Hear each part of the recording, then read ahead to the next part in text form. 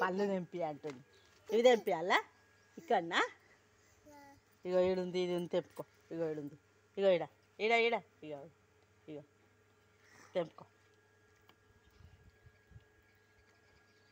అమ్మ తెంపినవా?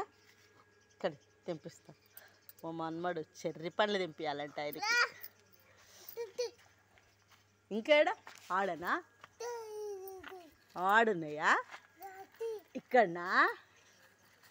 ఇక్కడున్నాయంట. అబ్బా